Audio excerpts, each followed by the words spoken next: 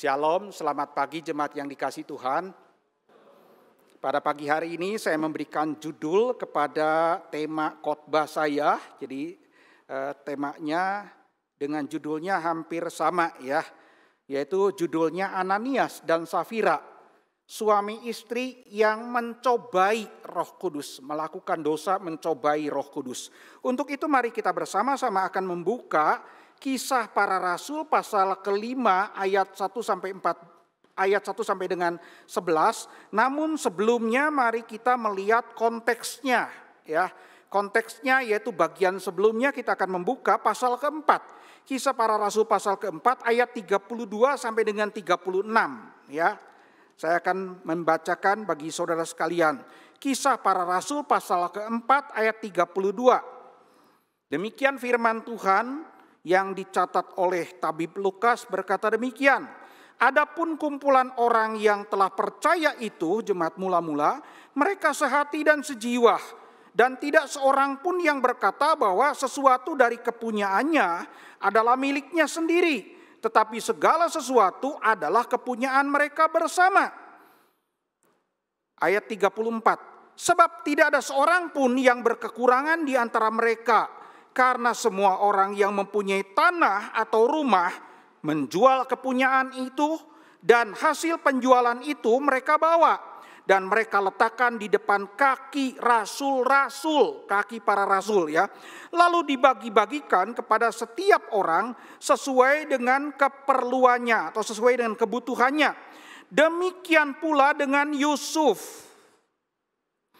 yang oleh rasul-rasul disebut Barnabas, artinya anak penghiburan, seorang Lewi dari Siprus, ayat 37. Ia menjual ladang miliknya, lalu membawa uangnya itu dan meletakkannya di depan kaki rasul-rasul. Lalu ayat yang kelima, pasal kelima, ayat yang pertama, pasal kelima ayat yang pertama. Harusnya di situ ada kata hubung, kata sambung antara pasal 4 ayat 37 dengan pasal kelima ayat yang pertama disambung dengan sebuah kata. Kata dalam bahasa Yunani de. De ini bisa berarti and, dan, atau but ya. Tetapi mengkontraskan dengan bagian sebelumnya ya. Nah, jadi bisa dikatakan begini. Kalau dalam versi King James diterjemahkan but ya.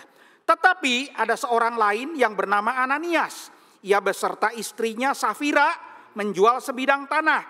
Dengan setahu istrinya itu, ia menahan sebagian dari hasil penjualannya itu dan sebagian lain dibawa dan diletakkannya di depan kaki para rasul. Tetapi Petrus berkata, Ananias, mengapa hatimu dikuasai iblis? Mengapa hatimu dikuasai iblis? Itu dalam bentuk pasif. Sebetulnya mengapa iblis menguasai hatimu dalam bentuk aktif dalam bahasa aslinya. Mengapa iblis menguasai hatimu sehingga engkau mendustai Roh Kudus dan menahan sebagian dari hasil penjualan tanah itu? Selama tanah itu tidak dijual, bukankah itu tetap kepunyaanmu, dan setelah dijual bukankah hasilnya itu tetap di dalam kuasamu?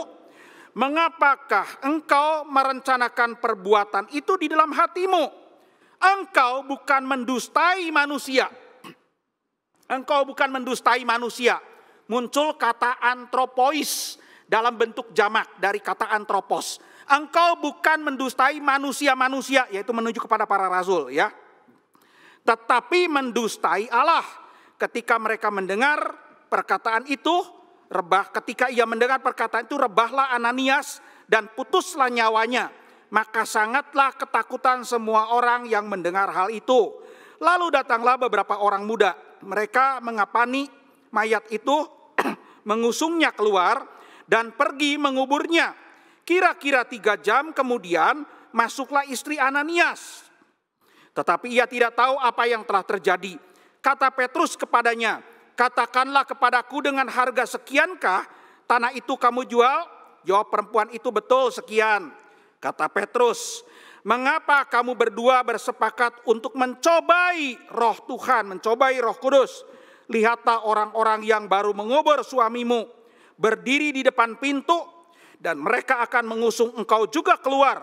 Lalu rebahlah perempuan itu seketika itu juga di depan kaki Petrus, dan putuslah nyawanya, putuslah hidupnya. Ketika orang-orang muda itu masuk, mereka mendapati dia sudah mati. Lalu mereka mengusungnya keluar dan menguburnya di samping suaminya. Maka sangat ketakutanlah seluruh jemaat dan semua orang yang mendengar hal itu. Kemudian bagian kedua, kita membuka surat Timotius yang pertama. 1 Timotius pasal kelima. 1 Timotius pasal yang kelima.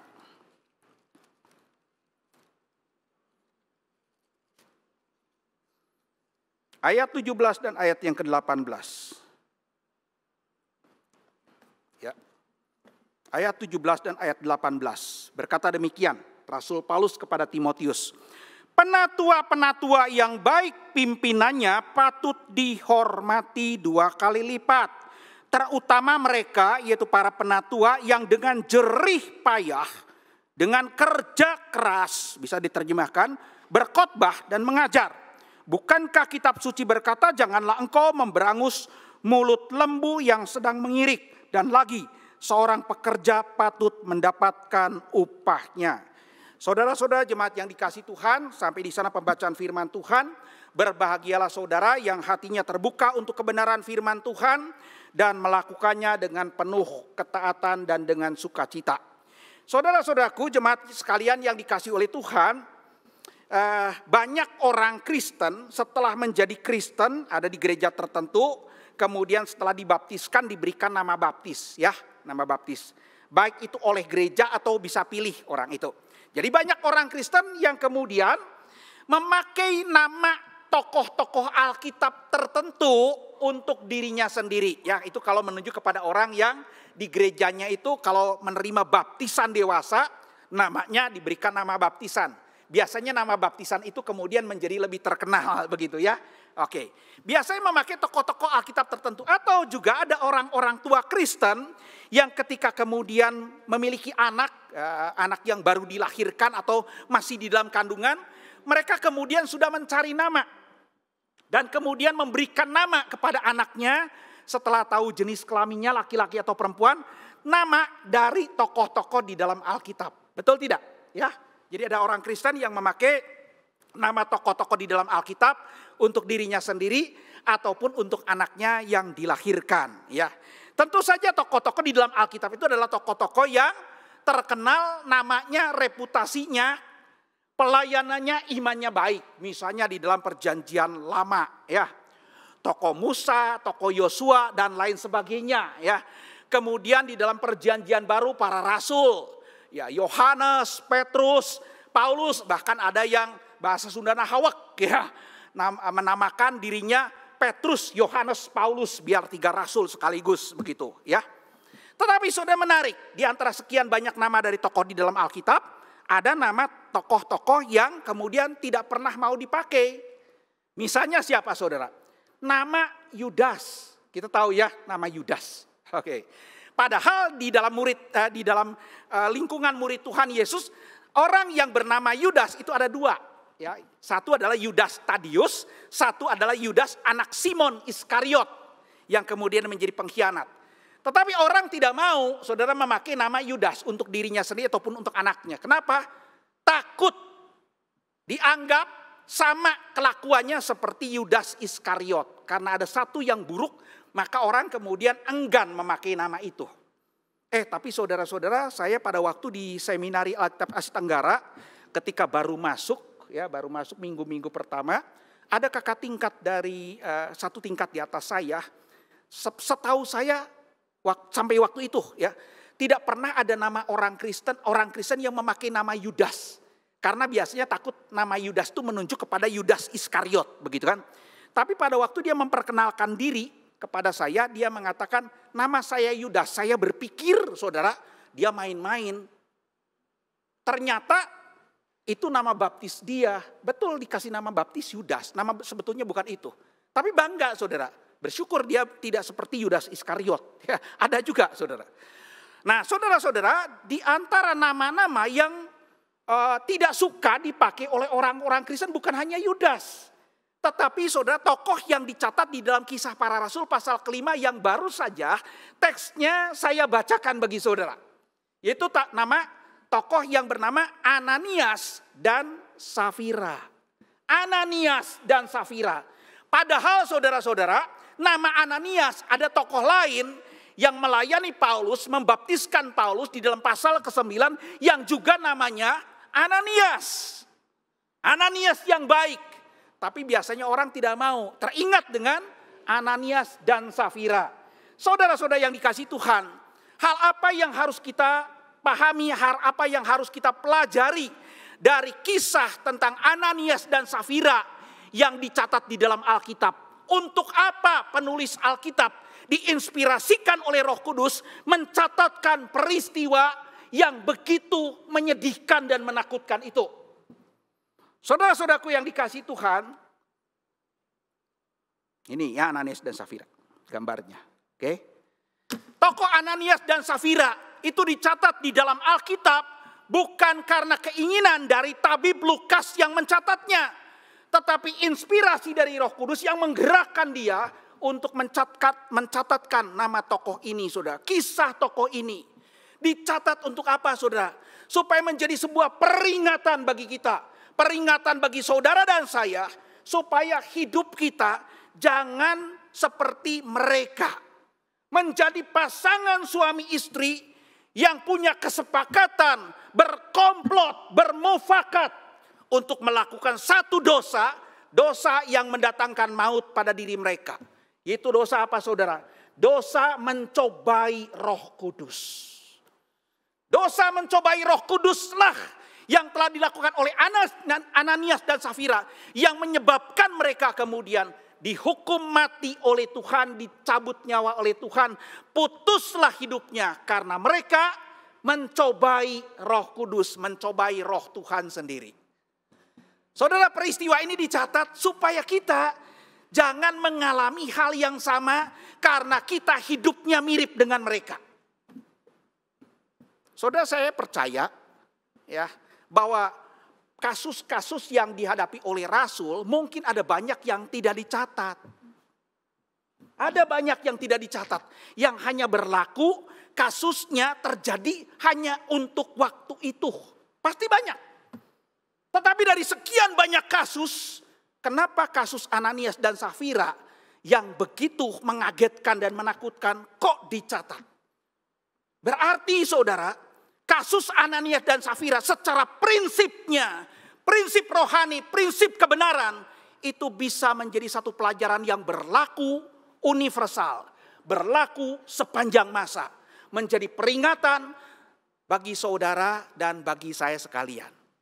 Pertanyaannya, kalau disebutkan Ananias dan Safira adalah pasangan suami istri yang bermufakat melakukan satu dosa yang mendatangkan maut, yaitu dosa mencobai Roh Kudus, pertanyaannya, apa saja dosa mencobai Roh Kudus yang mereka telah lakukan? Apa saja? Ada dua, saudara. Ya, ada dua. Yang pertama, Ananias dan Safira melakukan dosa mencobai Roh Kudus dengan cara apa? Karena mereka pada waktu melayani Tuhan, berkontribusi dalam pelayanan, mereka ternyata melandaskan pelayanan mereka dengan motivasi dan tujuan yang keliru. Motivasi dan tujuan yang jahat di hadapan Tuhan pada waktu mereka berada di dalam pelayanan gereja. Jadi jangan berpikir kalau orang sedang beraktivitas di dalam konteks pelayanan gereja, pelayanan untuk Tuhan, maka pasti semuanya baik. Tidak tentu. Belum tentu. Tergantung motifnya, tergantung motivasinya, dan tergantung tujuannya. Saudaraku yang dikasihi Tuhan, apa sih yang menjadi tujuan dan motif? Ya, saudara, seringkali ini saya perlu menjelaskan ya antara motivasi dan tujuan. Ya, tujuan itu bagian akhir. Tujuan itu adalah target dan goal terakhirnya. Motif itu yang menjadi alasan, yang melandasi motivasi. Seringkali kan kita berkata orang itu motivasinya salah. Motivasi itu apa, saudara? Motivasi itu dorongan yang menggerakkan. Nah, dorongan yang menggerakkan ini tidak akan ada kalau tidak ada motif, alasannya. Jadi sebetulnya motif yang melahirkan motivasi. Dorongan gerakan. Kalau motifnya salah, motivasinya salah. Tujuannya salah. Pertanyaannya saudara, apa yang menjadi motif, motivasi dan tujuan dari pelayanan Ananias dan Safira? Kita lihat saudara, Ananias dan Safira seakan-akan begitu exciting, begitu semangat di dalam berupaya untuk berkontribusi terhadap pelayanan gereja pada waktu itu. Ketika ramai di gereja mula-mula, kehidupan yang sangat harmonis, saling membantu, saling menolong orang yang kekurangan, tidak kekurangan. Kenapa? Karena orang yang kelebihan menjual harta miliknya yang mereka punyai, ada yang seluruhnya, ada yang sebagian. Hasil penjualannya diserahkan kepada para rasul untuk dibagi-bagikan kepada mereka yang kekurangan. Nah, melihat hal itu, kemudian Ananias dan Safira tertarik untuk melakukan hal yang sama. Terlebih pada waktu melihat ada seorang yang bernama Barnabas. Seorang yang disebut Yusuf. Menjual sebuah ladang. Menjual seluruhnya dan hasil penjualannya itu diberikan kepada para rasul. Seluruhnya. Waduh, tertarik. Saudaraku yang dikasihi Tuhan, tujuannya apa sih Ananias dan Safira? Dalam tanda kutip ikut-ikutan dalam berkontribusi terhadap pelayanan. Bukankah itu baik? Tapi landasannya, motifnya, tujuannya adalah apa? Untuk mencari dan mendapatkan reputasi. Untuk memperoleh nama baik. Untuk memperoleh pujian. Untuk pelayanannya. Supaya dikenal. Di dalam jemaat mula-mula. Dipuji mungkin oleh para rasul pula. Mendapatkan pujian. Mendapatkan pujian itu yang menjadi motif dan tujuan utama dari Ananias dan Safira di dalam berkontribusi, bersumbangsi di dalam pekerjaan Tuhan. Kalau begitu pertanyaan saya, memperoleh pujian atau memuji itu apakah selalu jahat? Menurut saudara, apakah kalau saudara dipuji atau saudara memuji orang dengan tulus dan benar? Benar orang itu patut dipuji, lalu saudara memuji. Lalu saudara dipuji orang, betul, sesuai dengan apa adanya, orangnya juga tulus. Apakah itu pasti salah, keliru, dan jahat? Saudara, orang-orang Kristen di Indonesia banyak salah kaprah. Menganggap semua pujian, setiap pujian pasti jahat. Dengan landasan apa? Teologi reform. Sola kelima, soli deo gloria, segala pujian hanya untuk Tuhan. Maka kalau hanya untuk Tuhan, berarti kalau kita memuji manusia, memuji pelayanan orang, atau kita mendapatkan pujian, kita berbuat dosa di hadapan Tuhan. Maka di dalam gereja, ya, seringkali kan orang melayani berjeri lelah dengan sungguh-sungguh. Gak pernah mendapatkan, jangankan pujian, apresiasi, terima kasih aja kagak. Betul tidak? Tapi kalau begitu pelayanannya ada kekurangan, ya, ada kesalahan yang tidak disengaja. Waduh, rame-rame. Bahasa Sundana pahela-hela. Untuk apa? Mencerca, mencemooh, mengkritik, memaki. Seperti itu. Kalau bagus, gak dipuji. Tidak ada apresiasi. Terima kasih pun enggak. Tapi kalau jelek, rame-rame. Mengkritik, mencerca. Maka apa yang terjadi saudara? Setiap periode pelayanan berganti. Kita, ya termasuk di GKI Hosana, mengalami kesulitan berat untuk mencari pelayan yang baru. Betul tidak? Betul enggak? Karena pada waktu orang melayani Tuhan, melayani dengan cucuran air mata dan berdarah-darah. Dicerca, dikritik, dicerca sepanjang pelayanannya. Maka begitu periode pelayanan selesai, seperti merayakan hari kemerdekaan. Puji Tuhan, merdeka, langsung left dari grup saat itu. Dan bukan cuma meninggalkan pelayanan. Meninggalkan gereja alias pindah gereja. Betul tidak? Terlalu sakit. Saudara, apakah memperoleh pujian selalu jahat? Apakah dipuji selalu tidak benar dalam pelayanan? Saudara ingat, manusia adalah makhluk yang diciptakan secara unik khusus menyandang dan diciptakan oleh Allah, membawa gambar Allah, gambar dan rupa Allah pada dirinya. Allah itu memiliki kemuliaan yang tidak bergantung kepada ciptaan manapun. Ya. Dia memiliki kemuliaan dari kekal sampai kepada kekal. Dia tidak membutuhkan, Allah itu tidak membutuhkan untuk dimuliakan oleh makhluk lain. Dan kalau makhluk lain tidak memuliakan dia, dia tidak kehilangan atau tidak menjadi kurang mulia. Tidak. Tetapi Allah menciptakan segala makhluk ciptaan, termasuk manusia yang membawa gambar Allah, menjadi potret Allah. Allah menginginkan supaya seluruh makhluk memuliakan dia, memuji dia. Betul tidak?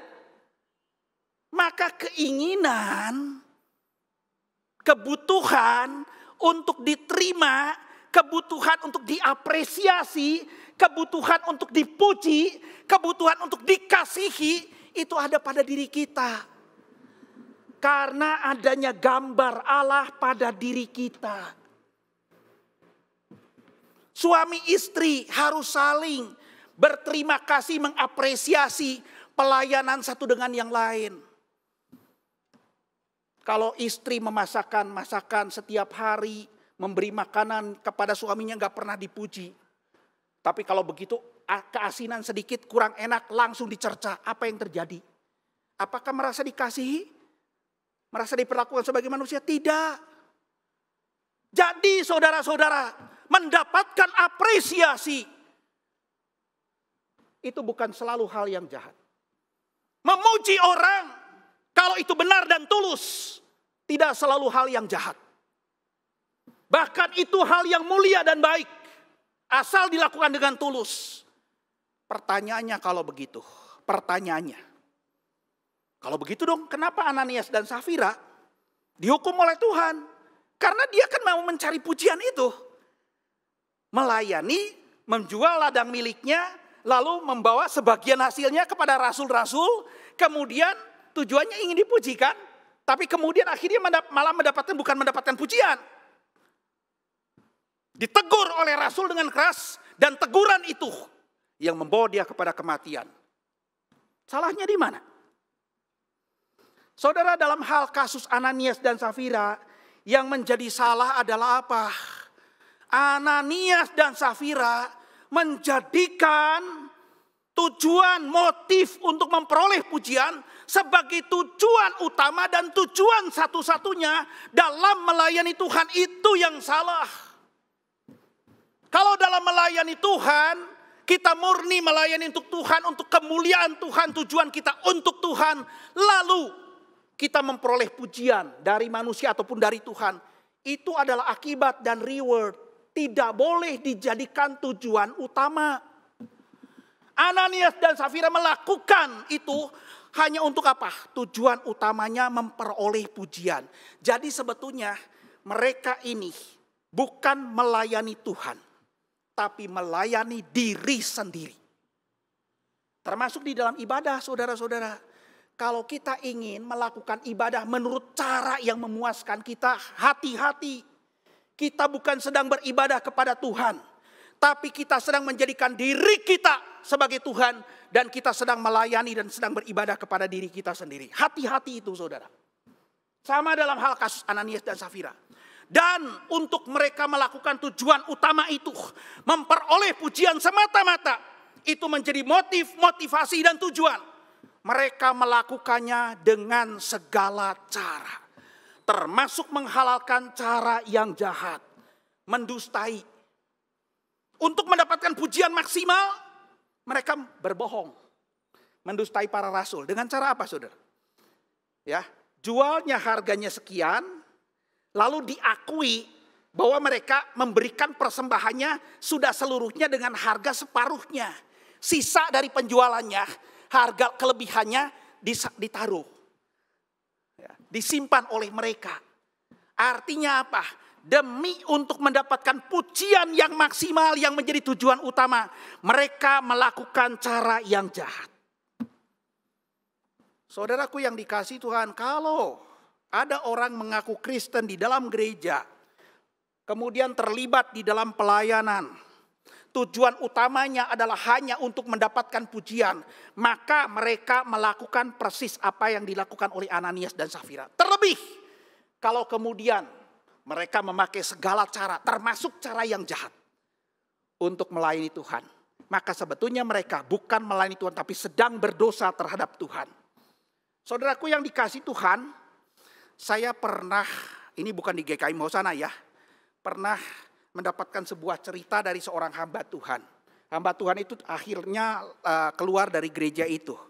Ada seorang penatua di sebuah gereja yang sedang merenovasi gedung gereja. Ya, diganti semuanya, termasuk bangku-bangkunya mirip bangkunya dengan GKI Hosana, mirip. Konon katanya si penatua itu katanya untuk Tuhan. Tapi kemudian membuat bangku-bangku untuk melayani Tuhan, beribadah kepada Tuhan, jemaat bisa duduk di situ. Membelinya dari kayu hasil selundupan, illegal lodging. Ditegur toh oleh hamba Tuhan, untuk Tuhan beli kayu ilegal, beli kayu yang melanggar hukum, beli kayu selundupan. Alasannya apa? Yang penting kan untuk Tuhan, dan lagi apa? Harganya lebih murah, cuma 1/3. Saudara benar nggak? Boleh nggak? Kalau saudara mengatakan boleh, berarti saudara punya pikiran persis seperti Ananias dan Safira. Tujuan menghalalkan cara, tidak boleh seperti itu. Hamba Tuhan itu menegur dengan keras. Masakan untuk Tuhan dari hasil perbuatan kejahatan, tapi tetap dilakukan. Saudara, kalau ada orang yang melakukan seperti Ananias dan Safira, pertanyaannya, apa sebabnya? Apa yang membuat Ananias dan Safira dalam rangka melayani Tuhan, tapi sebetulnya sedang melayani diri sendiri? Karena tujuan utama dalam pelayanan kepada Tuhan, motifnya adalah untuk mencari kemuliaan, untuk mencari hormat, dan untuk mencari pujian bagi dirinya sendiri. Apa yang menyebabkannya? Kalau ada orang seperti itu, saudara, di dalam ayat yang ketiga, Petrus langsung menjelaskan, Ananias, mengapa iblis menguasai hatimu? Muncul kata eplerosen di situ. Eplerosen, apa artinya saudara? Itu dari kata bentuk aktif dalam bentuk aoristen, saya tidak jelaskan aoristen, nanti bingung saudara. Ya, dari kata pleroo. Iblis menguasai hatimu. Itu sebabnya saudara. Pleroo. Kata pleroo ini adalah kata yang juga dipakai oleh Tuhan Yesus pada waktu dia berkata di dalam Matius pasal 5 ayat 17. Bahwa aku datang bukan untuk meniadakan hukum Taurat, tapi aku datang untuk menggenapinya. Muncul kata pleroo di situ. To fulfill fully. Menggenapi seluruhnya. Sepenuhnya, secara sempurna. Perfectly and fully. Nah, pada waktu saya mempersiapkan kemarin, di dalam sebuah Greek Analytical Lexicon, di dalam kasus Ananias dan Safira, kata pleroo yang muncul, eplerosen, itu dapat diterjemahkan to possess fully. Apa artinya? Iblis itu menguasai, memegang kendali hati dan hidup Ananias sepenuhnya. Itu yang menyebabkan mereka punya motif dan motivasi yang salah melayani Tuhan. Hatinya dikuasai oleh iblis sepenuhnya. Saya mau tanya, Ananias dan Safira ini orang Kristen beneran atau bukan? Atau pertanyaannya begini, ini pertanyaan doktrinal ya. Mungkinkah, apakah bisa seorang Kristen yang sejati, seorang Kristen yang benaran, yang sudah terima Tuhan Yesus, terima Roh Kudus berdiam di dalam hatinya, didiami oleh Roh Kudus, itu kemudian juga dikuasai hatinya sepenuhnya, dipegang, dikendalikan sepenuhnya oleh iblis? Mungkin nggak? Mungkin nggak? Hah? Tidak mungkin, saudara. Kalau sudah terima Tuhan Yesus, Roh Kudus berdiam, maka tidak ada roh yang lain yang bisa mengambil alih. Roh itu akan berdiam, memegang kendali, memimpin orang Kristen. Ketika orang Kristen memberi diri dipimpin, akan dipenuhi, dikuasai. Ananias dikatakan hatinya oleh Petrus melihat, melakukan pelayanan hanya untuk cari kemuliaan bagi diri sendiri. Apa sebabnya? Karena hatinya masih dikuasai oleh iblis. Berarti belum ada Roh Kudus. Kalau belum ada Roh Kudus berarti belum dilahirkan kembali. Belum bertobat, belum beriman, belum diselamatkan. Ini ada di dalam gereja. Gereja mula-mula. Saudaraku yang dikasihi Tuhan. Bagaimana dengan saudara? Ini adalah dosa pertama. Dosa yang kedua. Ya. Nah ini. Ananias dan Safira melakukan dosa mencobai Roh Kudus. Karena apa? Ananias dan Safira telah berlaku jahat terhadap rasul-rasul yang pada waktu itu menjadi para penatua dan para hamba Tuhan di dalam gereja mula-mula. Saudaraku yang dikasihi Tuhan, Ananias dan Safira membohongi mereka. Berbuat jahat dengan cara mendustai para rasul. Maka Petrus mengatakan, ya, engkau telah mendustai kami. Dalam terjemahan teks lain, engkau telah mendustai kami. Walaupun di situ yang berbicara Petrus, sebetulnya dosa dari Ananias dan Safira bukan hanya dilakukan kepada Petrus, tapi kepada semua rasul-rasul yang lain. Hamba-hamba Tuhan yang ada di dalam gereja itu. Ya, secara sebuah kesatuan. Engkau telah melakukan sebuah dosa terhadap manusia, antropois, men, bentuk jamak. Tetapi pada hakikatnya engkau melakukan dosa yang mencobai Roh Tuhan. Saudaraku yang dikasihi Tuhan, di dalam pelayanan di dalam gereja memang seringkali terjadi, ya. Khususnya di gereja zaman sekarang, orang-orang berlaku tidak sepantasnya, tidak sepatutnya berlaku jahat terhadap pemimpin-pemimpin gereja, hamba-hamba Tuhan maupun penatua-penatua di dalam gereja, persis seperti yang dilakukan oleh Ananias dan Safira.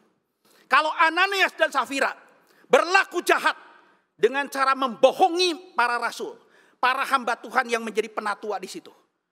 Tapi bentuk kejahatan itu bukan hanya membohongi. Bisa dalam bentuk berbagai macam bentuk, saya tidak perlu sebutkan.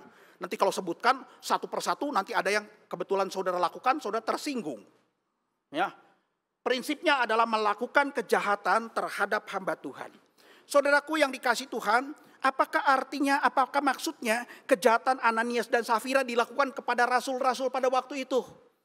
Mungkin saudara berkata, iya rasul-rasul pada waktu itu betul-betul hamba Tuhan, rasul cuma berhenti sampai dengan mereka. Kan tadi saya mengatakan saudara, tadi saya mengatakan, kalau kasus Ananias dan Safira prinsipnya berlaku hanya untuk kasus pada waktu itu tidak akan dicatat. Dicatat berarti apa? Kejahatan yang dilakukan oleh orang yang bernama Ananias dan Safira terhadap rasul-rasul bisa juga secara prinsipil berlaku kepada orang Kristen di gereja zaman sekarang. Saudara, siapakah para rasul pada waktu itu? Ya, jabatan rasuli mereka itu tidak dapat digantikan. Karena tidak ada orang yang bisa memenuhi kerasulan mereka yang bisa dipenuhi oleh orang zaman sekarang. Ada berbagai macam persyaratan, ya, yang tidak dapat dipenuhi. Salah satunya, kalau ingin jadi rasul itu harus apa? Bisa menjadi saksi mata dari pelayanan Yesus sebagai manusia, dari mulai dia dibaptis oleh Yohanes sampai kenaikan Yesus ke surga. Ada di sini yang jadi saksi mata, eyewitnesses? Enggak bisa, bagian itu tidak bisa terpenuhi. Ya kan? Dalam hal jabatannya sudah tidak dapat diteruskan. Tetapi ingat, dalam relasinya dengan gereja, rasul-rasul itu menjadi penatua di dalam gereja. Dalam pembinaan majelis kemarin, saya menjelaskan, ya, Jabatan kerasulan tidak dapat diteruskan lagi, tapi kepenatuan mereka diteruskan. Ya, menjadi penatua itu dikatakan penatua disebut presbuteros, artinya orang yang matang di dalam hal iman, mengerti ajaran, seorang yang senior di dalam hal ajaran firman, lalu menjadi seorang yang disebut episkopos. Episkopos artinya apa? Bisa mengawasi, menjaga jemaat dalam hal ajaran iman, dan poimen dalam hal menggembalakan dan menjaga jemaat Tuhan, dan kemudian oikonomo dan lain sebagainya. Jadi dalam relasinya dengan jemaat, dalam relasinya dengan gereja, dalam relasinya dengan umat Tuhan, maka pelayanan para rasul bisa diteruskan oleh gembala-gembala dan pengajar-pengajar. Tapi dalam relasinya dengan orang yang tidak percaya diteruskan oleh para pemberita Injil. Jabatan kerasulannya tidak diteruskan, tapi jabatannya sebagai hamba Tuhan dalam relasinya dengan misi Allah di dalam dunia terhadap gereja diteruskan oleh penatua-penatua jemaat. Dalam relasinya dengan orang-orang yang tidak percaya diteruskan oleh pemberita-pemberita Injil. Siapa penatua-penatua jemaat yang dimaksud di dalam perjanjian baru? Harus punya kapasitas berkhotbah dan mengajar. Itu sebetulnya arti pertama dari arti penatua di dalam perjanjian baru.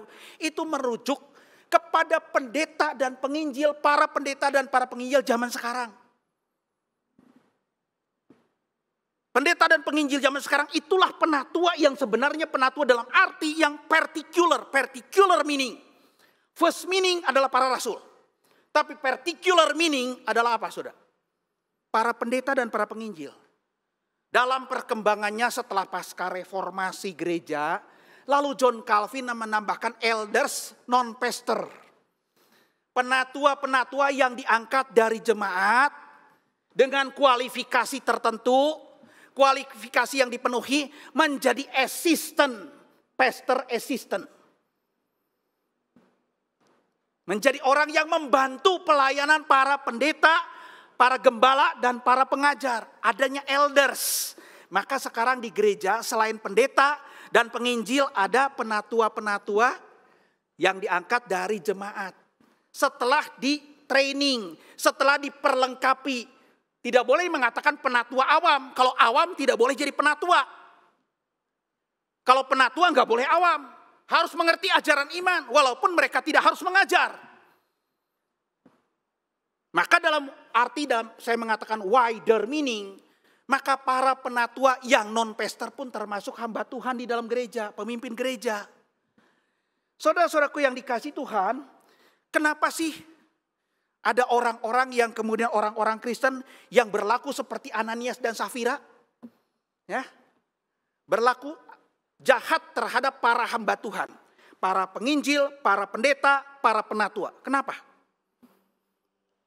Karena memandang persis seperti yang Petrus katakan, Petrus langsung mengoreksi pandangan Ananias dan Safira. Mereka hanya melihatnya apa? Sekedar manusia.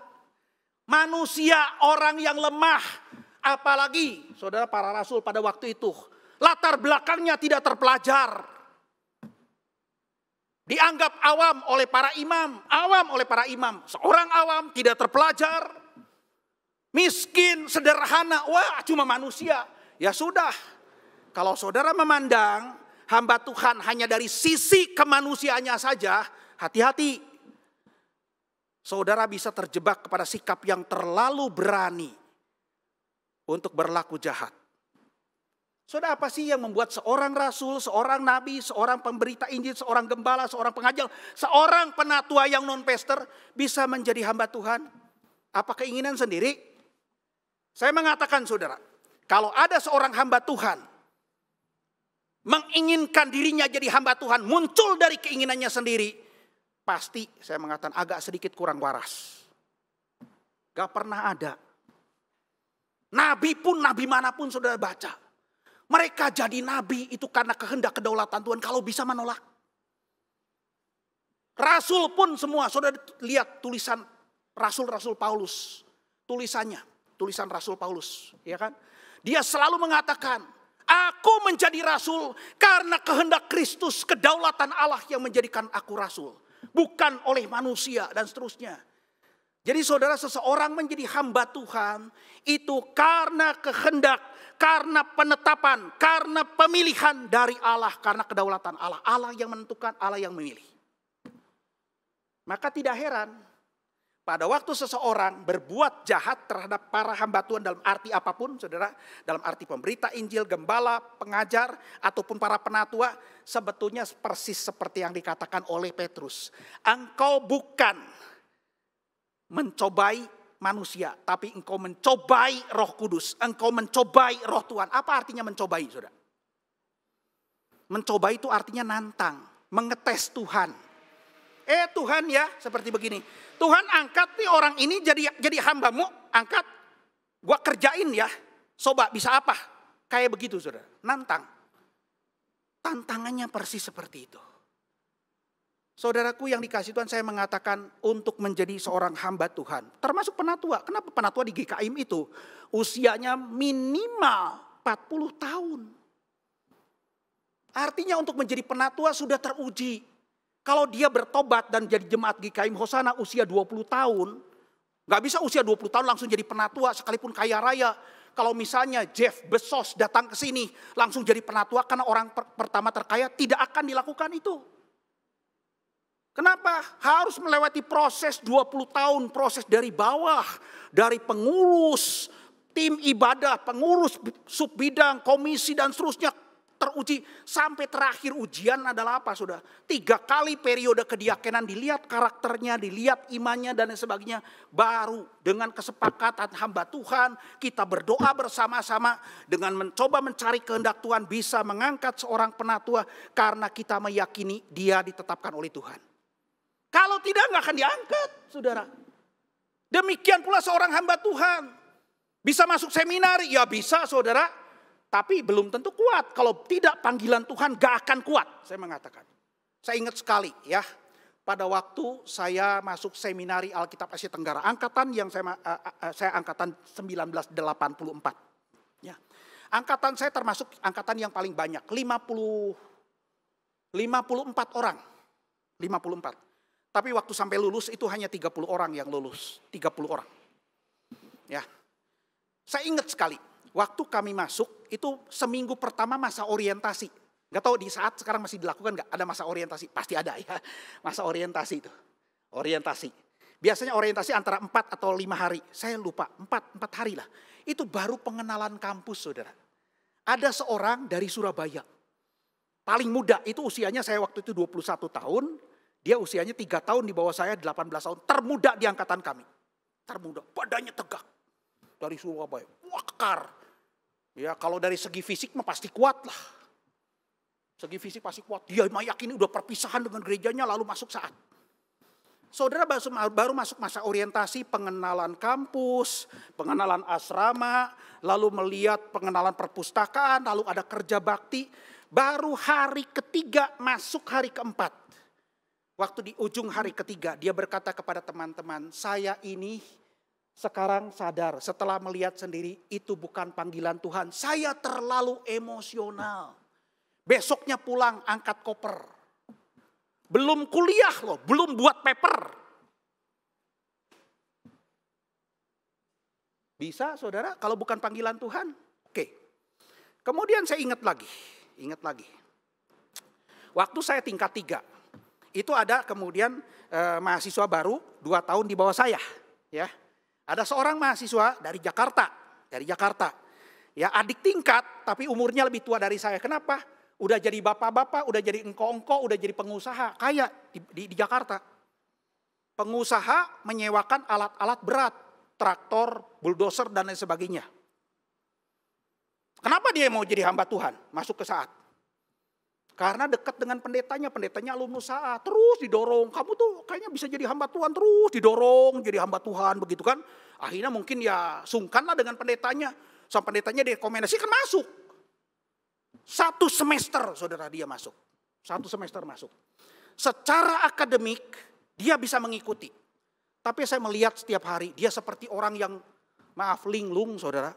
Itu di asrama jalan-jalan mundar-mandir, gelisah, gak ada sukacita sedikit pun. Akhirnya dia berkata kepada saya, bukan panggilan Tuhan. Dipaksa pendeta. Pulang saudara, setelah berakhir semester pulang. Kok bisa saya tahu saudara? Ya setelah beberapa tahun kemudian, ya setelah pelayanan di GKM Hosana, saya baru jadi pendeta waktu itu. Baru, saya ingat belasan tahun yang lalu. Setelah waktu itu saya tidak khotbah. Waktu setelah ibadah, saya kaget. Ternyata dia beribadah di GKM Hosana dalam rangka bisnis ke Bandung. Pas hari Minggu, ibadah di GKM Hosana. Ketemu dengan saya di depan, saudara. Itu orang udah jadi pengusaha, kaya. Jadi hamba Tuhan gak kuat, bukan panggilan gak kuat. Ya, ketemu dengan saya, dia berkata langsung, "An, masih betah lu jadi pendeta?" Begitu saudara kepada saya. Saya jawab, "Geus kagok."